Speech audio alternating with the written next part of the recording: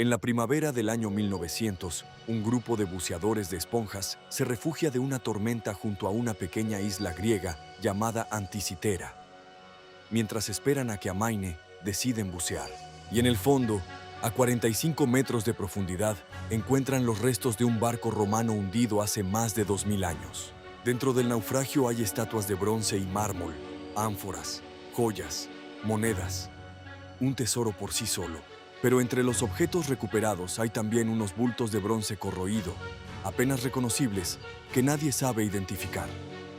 Se envían al Museo Arqueológico Nacional de Atenas, y ahí se quedan, prácticamente olvidados, durante 2 años. Aquella primera expedición de rescate, entre 1900 y 1901, fue además una de las primeras excavaciones arqueológicas submarinas de la historia, y se pagó un precio muy alto por ella. Varios de los buceadores sufrieron la enfermedad de descompresión, entonces apenas comprendida, y al menos uno de ellos murió como consecuencia. El propio yacimiento se cobró vidas antes de revelar su secreto más importante. Décadas más tarde, en 1976, una expedición liderada por el explorador Jacques Cousteau regresó al mismo punto del Egeo. Entre los nuevos hallazgos aparecieron monedas romanas, acuñadas entre los años 70 y 60 a.C., lo que finalmente permitió fechar el propio naufragio con bastante más precisión que antes. En 1902, uno de esos bultos se rompe por accidente, y dentro aparece algo que no debería estar ahí. Una rueda dentada, un engranaje perfectamente reconocible. El arqueólogo Valerio Sestais es quien lo descubre. Su primera hipótesis es que se trata de un reloj astronómico. La mayoría de sus colegas no le cree. Es sencillamente demasiado avanzado para la época a la que pertenece el naufragio. Hoy sabemos que Stais tenía razón. Lo que había encontrado se conoce como el mecanismo de Anticitera y está considerado, con diferencia, el objeto tecnológico más sofisticado que nos ha dejado el mundo antiguo. Solo sobrevivió, aproximadamente, 1/3 del mecanismo original, repartido en 82 fragmentos. El resto se perdió o sigue todavía en el fondo del mar. Entre los fragmentos conservados hay más de 30 engranajes de bronce, algunos tan finos y precisos que parecen fabricados con herramientas mucho más modernas. La caja original medía apenas 33 centímetros de alto y estaba cubierta de inscripciones en griego antiguo, unos 3000 caracteres de texto, una especie de manual de instrucciones grabado directamente sobre el metal. ¿Y para qué servía exactamente? El mecanismo era capaz de calcular la posición del Sol y de la Luna en el cielo, mostrar las fases lunares y predecir eclipses con años de antelación, usando un ciclo astronómico conocido como el ciclo de Saros. Un dial trasero incorporaba además el calendario metónico, usado para sincronizar los años solares con los meses lunares.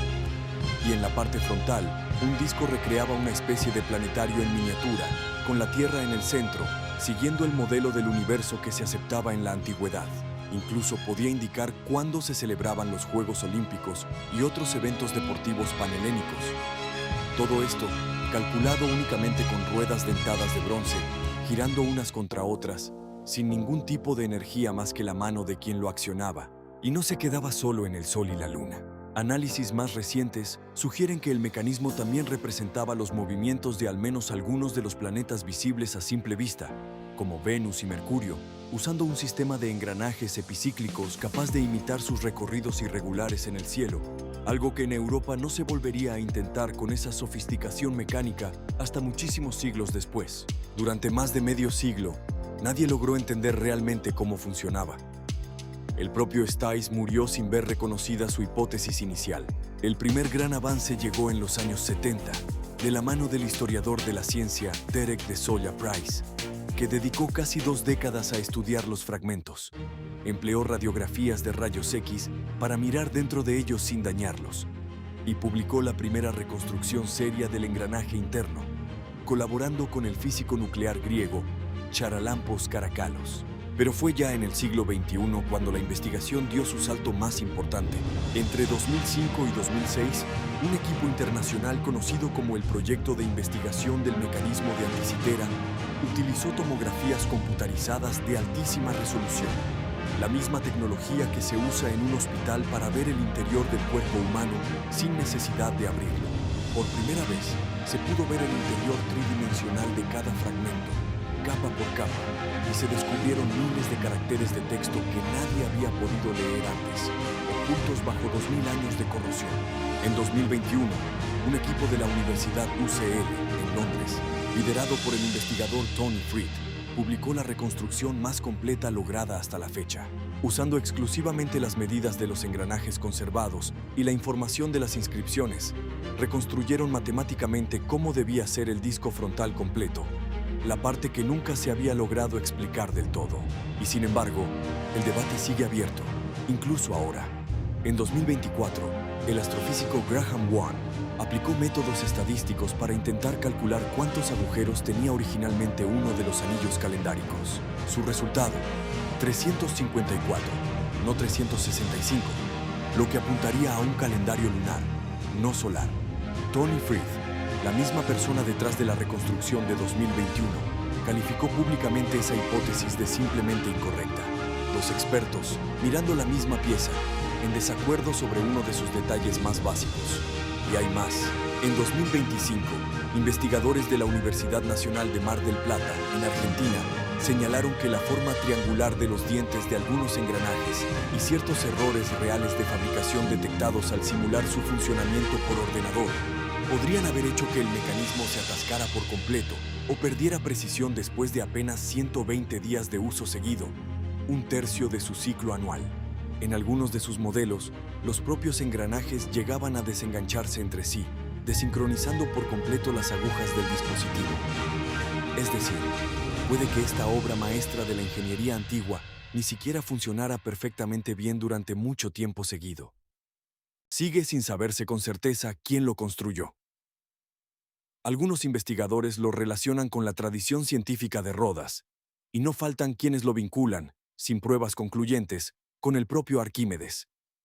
Las fuentes antiguas mencionan máquinas similares atribuidas a él, que habrían acabado en manos romanas tras la conquista de Siracusa. Esa misma leyenda, por cierto, es la que Hollywood tomó prestada hace poco para el Dial del Destino de la última película de Indiana Jones, directamente inspirado en este mecanismo real. Lo que sí sabemos con certeza es esto. Nada remotamente parecido a esta complejidad mecánica volvió a construirse en Europa hasta los relojes astronómicos medievales, más de 1000 años después. Durante todo ese tiempo, el conocimiento necesario para fabricar algo así, sencillamente, se perdió. La investigación, además, sigue activa hoy mismo. Desde 2012, un proyecto conjunto entre las autoridades griegas y el Instituto Oceanográfico Woods Hole continúa buceando sobre los restos del naufragio original, con tecnología de buceo profundo y fotogrametría que no existía hace un siglo.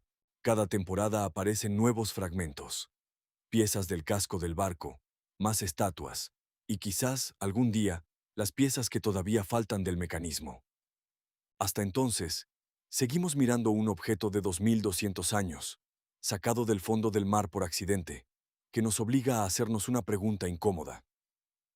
Si esta tecnología existió y se perdió una vez, sin dejar más rastro que un puñado de fragmentos oxidados, ¿cuánto más conocimiento antiguo se habrá perdido exactamente igual, sin que nadie llegue nunca a encontrarlo? Si te ha gustado esta historia, suscríbete. En Crónicas Breves seguimos desenterrando lo que la historia había dado por perdido.